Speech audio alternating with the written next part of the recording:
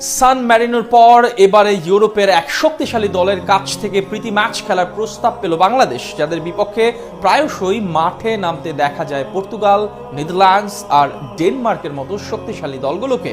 শুধু তাই নয়, এশিয়ার আরেক শক্তিশালী দলের বিপক্ষেও ম্যাচ খেলার আমন্ত্রণ পেয়েছে বাফুফে।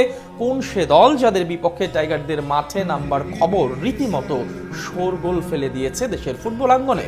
কবেই বা আয়োজিত হবে ম্যাচ দুটো? সবকিছুর বিস্তারিত থাকছে রিপোর্ট।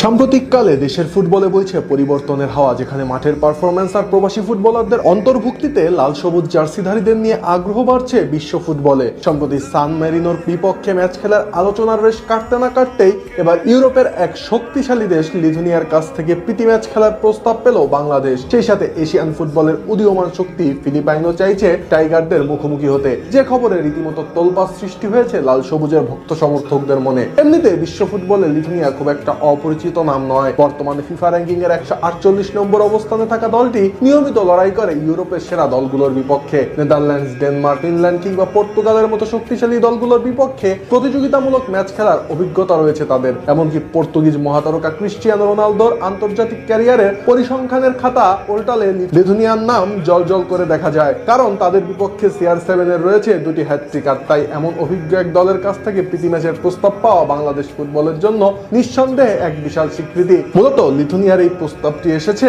আগামী নভেম্বরের ফিফা উইন্ডোকে কেন্দ্র করে। আর ইউরোপীয় কন্ডিশনে গিয়ে এমন একটি দলের বিপক্ষে খেলা হামজা সমিত মোরসালিনদের জন্য হবে এক পরম পাওয়া, কেননা শক্তিশালী এই প্রতিপক্ষের বিপক্ষে নিজেদের রক্ষণভাগ এবং মাঝমাঠের শক্তি যাচাই করার এর চেয়ে মোক্ষম সুযোগ আর হতে পারে না। শুধু ইউরোপ নয়, এশিয়া থেকেও টাইগারদের জন্য অপেক্ষা করছে দারুণ এক চ্যালেঞ্জ। আগামী জুনের ফিফা উইন্ডোতে বাংলাদেশের বিপক্ষে প্রীতি ম্যাচ খেলার আগ্রহ প্রকাশ করেছে ফিলিপাইন। সাম্প্রতিক সময়ে ফিলিপাইনও তাদের ফুটবলে ব্যাপক পরিবর্তন এনেছে। এশিয়ান কাপ ও বিশ্বকাপ বাছাই পর্বে নিয়মিত লড়া এই দলটির বিপক্ষে ম্যাচ খেলতে তাই র্যাঙ্কিং এ উন্নতির পাশাপাশি দক্ষিণ এশীয় ফুটবলের বাইরে নিজেদের শক্তিমত্তা প্রমাণের সুযোগ পাবে লাল সবুজের পতাকাধারীরা। কেন হঠাৎ বিশ্বের বিভিন্ন প্রান্তের দলগুলো বাংলাদেশের বিপক্ষে খেলতে আগ্রহী হচ্ছে?